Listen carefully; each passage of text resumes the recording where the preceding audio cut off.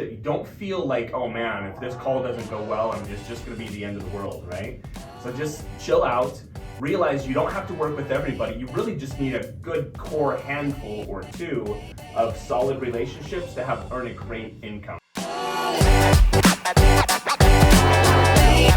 Hello and welcome to Process Beats Talent. We're back. We have another exciting episode, and you're gonna notice we're gonna be talking a lot about framing, a lot about influence, a lot about all this kind of stuff. Just again, like I've said in the past, what Chase and I are studying right now, and I also feel like it's just so crucial for sales. I mean, really, if you want to have what I would call the number one sales skill, be more influential.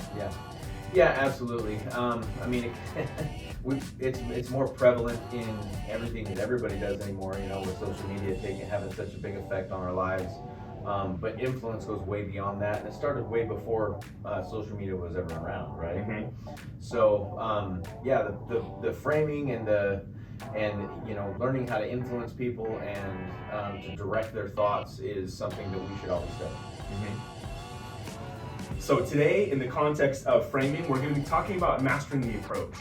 And so what that is really is when you are dealing with any industry, whether you're calling them, whether you're just stopping in to see them, when you're dealing with an industry that is continually being called and dropped in on by one other industry, you're going to have some fatigue, right? And so Chase, why don't you recap what's framing? Just remind us, because this I think was like 3 or 4 episodes ago where we talked about framing. Yeah, it's been a minute, but it kind of surrounds everything that we're discussing when you're talking about influence. So framing is, in this context, it's a frame of reference, right? When you're selling or when you're talking to somebody, when you're trying to build a relationship with somebody, whatever it is, we typically have a frame of reference. And what that frame of reference is there's experiences in their life, in their past life. I think initially we talked about used car salesman, right?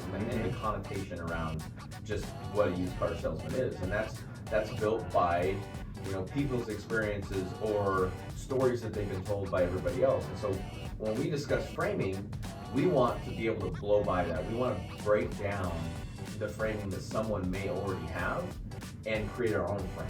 Mm-hmm. And so that's framing. That's what we're trying to do. And mastering the approach, when you're talking about sales calls, is again we want to find out what their frame is, and we want to address that right off the bat. Yep. And so with mastering the approach, we're assuming that this is probably a first contact with somebody. It's the first time you've called them, first time you've stopped in to see them, introducing yourself. And when we introduce ourselves to other industries, again, like Chase mentioned with the used car salesman, people have in their head, more often than not, a frame about what they think about that particular industry. Right now, so like our industry is this really is prevalent what we're dealing with today, right? Like, so in the past 3 years, again, Justin and I are both mortgage lenders, and in the past 3 years, refinances have been huge, right? Well, with interest rates climbing, there's a lot less refinances that we're dealing with today. And so if you're a real estate agent, you're probably keenly aware of the fact that mortgage lenders are out there looking for new business. And so their real estate agents are starting to experience and feel some of this call fatigue that Justin's talking about, because every lender in the valley is calling them at this point. Mm-hmm. Yep, exactly. So hopefully there are no lenders listening to these tricks, because we want to make sure that we're the only ones calling realtors with success. But yeah, so as Chase said, when lenders call, realtors all are like, oh geez, this is so-and-so from such and such mortgage. I don't want to take this call because I know that they're just calling me to ask for business. They want my business, they want money, they want this, they want that, right? They're wanting leads, they're looking for business. And so a great way when you are calling somebody, like builders, like for example, CPAs, what are some other industries that realtors could be in contact with? Financial planners, your local business industries, your local big businesses that you can create a referral relationship with. All of these relationships. Like I think builders is really a good one to discuss for realtors, because typically builders they already have a predetermined frame for what they think about real estate agents. Yep. So when you call them, spend a few minutes, cyber stalk them a little bit, which is a flattery, it's a good thing now, it's not a bad thing. Stalking, bad. Cyber stalking, not bad. Yeah. So, cyber stalk them for just like, take 60 seconds. Look at their website, look at their Facebook page, whatever it is, but figure out something about them to ask them a question about that will get them off their guard. Because again, as loan officers calling real estate agents, when I introduce myself as Justin Westerville with Summit Funding, someone has a frame in their mind instantly of, oh geez, lender, calling me this, calling me that, wanting me to do this, wanting me to do that. And so, but if I can ask them, hey listen, I was looking at your website and I love your mission statement. Tell me, how did you come up with that? Or asking them about common friends that you know on Facebook, something that will break their frame and break their neural programming, their neural pathways. They won't have an automated response, because when you tell them, Chase, with Summit Funding, they already have a pre-programmed response in their brain, which is almost always negative. Well, tell me what you most often hear. I already have I already have a lender. Yep. We've been working together forever. Not interested. Yeah. Yep. It's almost automatic. Yep. So now when you call them and say, "Hey, I'm looking to grow, and I'd like to talk to you about working together. I'd like to talk about earning your business," they're going to jump right to that automatic response because they have a neural pathway developed. Yep. I already have a lender. Yeah. 100% right there is you need to break that pathway. For me, if we take a step back, something that I've always done in sales. I think it's really, really important that we believe in what we're doing. So you want to take a step back and understand what the business that you're trying to build and what you're trying to provide. And you need to fully and wholeheartedly believe in what you're doing, care about it, and build around that way. So for me, and I think a lot of people are the same way, but once we make the decision, once I made the decision that I just didn't want to work with every realtor in the valley, I want to build a good business, but that doesn't necessarily mean I want to work with every realtor in the valley. I want to work with people that are like-minded, that are similar, they have similar goals in their business, they have similar goals for their clients. Then it really changed the way that I approached it, right? Mm-hmm. And so that, I think, is the first step with this, is if you're cyber stalking somebody, you want to find things that you have in common, and then when you call and say, hey, I kind of cyber stalked you, or I've heard really good things that you're doing big things, and and I looked up your mission statement online, and I'm really impressed, and I think we might have some things in common. Yep. Right? Like that's an icebreaker. Yep. Exactly. It's really just. And that's a great way to put it. It's an icebreaker that you're also breaking you're causing them to think. They don't have an automatic teed up response, and they're having to dig into their thoughts and say, okay, wow, how did we come up with that mission statement? What are our core values? It gets them thinking, and it doesn't automatically allow them to just break the conversation and say, hey, I already have a realtor that I work with, sorry. Yeah, exactly. So as a part of that, just as a reminder, when you're cyber stalking people, look for things to like about them, right? We talked about that in a past episode. As you look for ways to like people, you'll find commonality. You'll find things that like, oh, hey, we have similar friends. We have similar hobbies. We go to the same church. We do this, we do that. So look for ways to like people, because if you can look for ways to like people, people like people who like them. Right, absolutely. We're always drawn to those similar interests, and there's almost always somebody that you're connected to, or some business, or something that you have in common that you can share with these people. And if you don't, maybe that's right there. That's just a good, hey, this is probably not a good call, right? Yeah.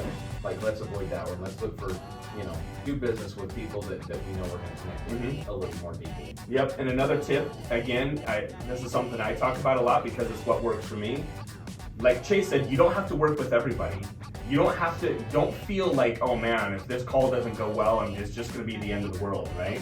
So just chill out, realize you don't have to work with everybody. You really just need a good core handful or two of solid relationships to earn a great income. So as a part of that, remember, you're calling to find people that you want to work with, and so change your attitude a little bit and come at them from a standpoint of power and from, hey, I'm looking to, you don't want to be snooty, obviously, but Right. you want to come from the approach of, I don't know if I want to work with you. I'm kind of interviewing you at the same time. Yeah. And that will really help change your perspective and your mindset as well. Yeah, I've actually gone as far to say that in conversations with people, Like I don't, this is when we sit down, it's like, hey, I just want to get to know you and see if there's some commonality here, because maybe this isn't a good fit. But yeah, and that's a great way to break the ice as well, because if you're sitting down with them or you're face to face with them and they're acting a little squirrely, just say, hey, listen, I just want to take the pressure off. I'm not necessarily sure that I want to work with you, and you're not sure if you want to work with me. So let's just have a conversation. Let's find out if we're a good fit to work together before we worry about anything else. Yeah. So to kind of recap, I think maybe Justin, like what we've gone over, we talked about it, but maybe we could role play for everybody and kind of go through what that call looks like. Yeah, let's do it. Okay. All right, Justin, I'm placing the call. You want to go ahead and answer? Yep. Hello, Justin speaking. Justin, hey, this is Chase Hodson with Summit Funding. Oh, hey, Chase. How are you? I'm doing pretty well. I appreciate you taking my call. I know you're super busy. We've got some friends in common. I've overheard them talking about you, so I did a little bit of cyber stalking after that conversation, right? Mm-hmm. And I really love the way that you built your mission statement, and you're making a lot of waves in the industry with the way that you're building your business. And I was wondering if maybe you had like 15 minutes to meet up with me for coffee. Yeah, gosh, I am pretty busy. 15 minutes is not too bad, but what would you want to talk about? Well, honestly, with the way you're building your business, I'm just so impressed. But myself and my team, we're always looking for like-minded people that we can help. If there's a way that I can provide value to you to help you build your business and become even stronger in the top. Okay. Yeah, 15 minutes is not bad. So right there, you can kind of see that they're starting to lean your way a little bit. Now you want to set the appointment, right? And when you're talking to somebody that's really busy, you still may get some resistance. And so the way that you ask and the way that you set up the appointment is really important. Mm-hmm.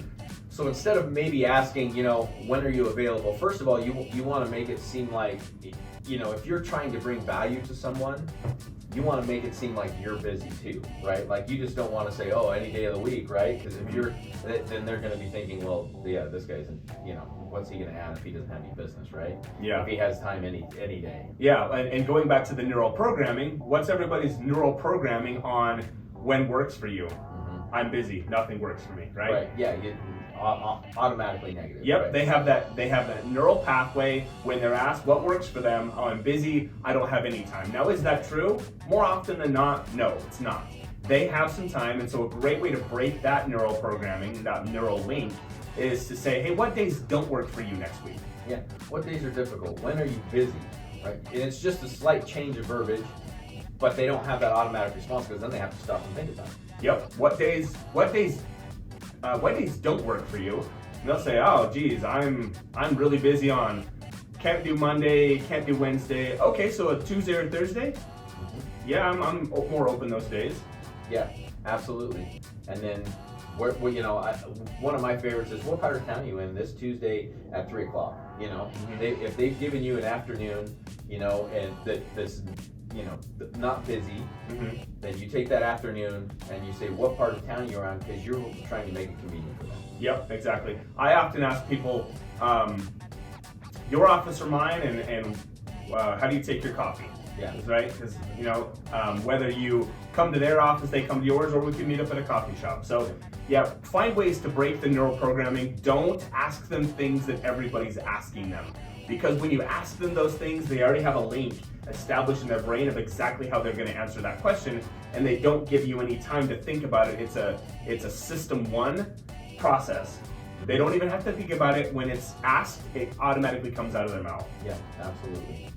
And just to go back to what I touched on a few minutes back is, you don't want to seem rehearsed. You don't want to seem practiced. You want it to seem genuine. Mm-hmm. And so that's why I touched on, you need to figure out how you want to build your business and the people that you want to surround yourself with, so that this is genuine. When I have these conversations with realtors, I've done research we've been like-minded, or that I've been referred to them as somebody, hey, this person's really similar to me.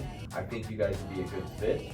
Like you in order to be genuine and to not be salesy, you have to believe in what you're doing and the way that you're building your business, and then you're not coming across as just your normal salesperson. Yep. And Chase just prompted a thought in me. So when you are doing this versus just dialing out of the phone book, I guess we don't really have those anymore, but instead of just going down a list of Google, right? Look to your network and ask them, hey, what CPAs do you know? What financial planners do you know? Who owns a home building company that you could refer me to? And again, you'll find those like-minded people more often than not. Yeah. Because if you can call them and say, hey, Patty Joe is a common friend of ours. I'm looking to, whatever, XYZ, fill in your script. Yeah. And she told me that you would be the best person to talk to for a CPA, financial plan, or whatever. That automatically opens the door, cuts the neural programming. They're not going to have an automated response for you calling saying, hey, Patty Joe and I are common friends with you. Yeah, and I'm going to be completely honest here. I hate cold calls. I hate them. Yeah. I consider myself a master of the warm call. Like, because I look for any little way to crack that door open just a touch, because then it gives me that level of relaxation when I'm talking to them. It's not a blind out of the dark call to somebody. It's like, we have this in common, or this person told me to call you, or I saw this, and yep. I just need that in so I can take them on. Yep. So, and to give Chase some perspective that he may or may not see, Tuesday updates. Yeah. You kill Tuesday updates, right? I do. Why? Because you're cold calling them, but you have a very warm reason when you say, hey, this is Chase with Summit Funding. I'm calling you about 123 Main Street. Yeah. Just calling to give you a Tuesday update.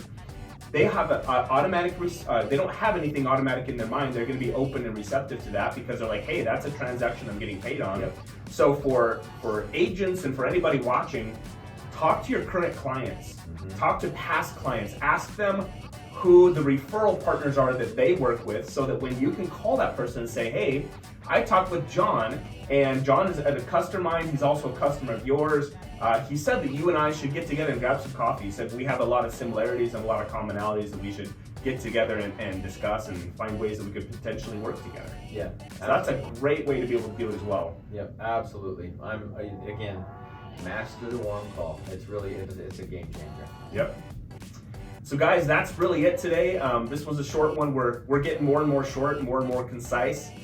So again, learn how to master the approach, break the ice, do all the things that will allow you to not have the same conversation that every other salesperson that's calling them is having with them. Yep. Because 9 times out of 10, or maybe a little bit less, but those conversations typically don't go well. Yep. It's a call, they pick up, they have an automated response, they hang it up, they go about their day. So really find a way to make an impact and make them remember you, and not just have the standard stale conversations every single time. Yeah, grab the frame. That's what it's about. You want to grab that. You want to set the frame before they have a chance to set it on you. Yep, exactly.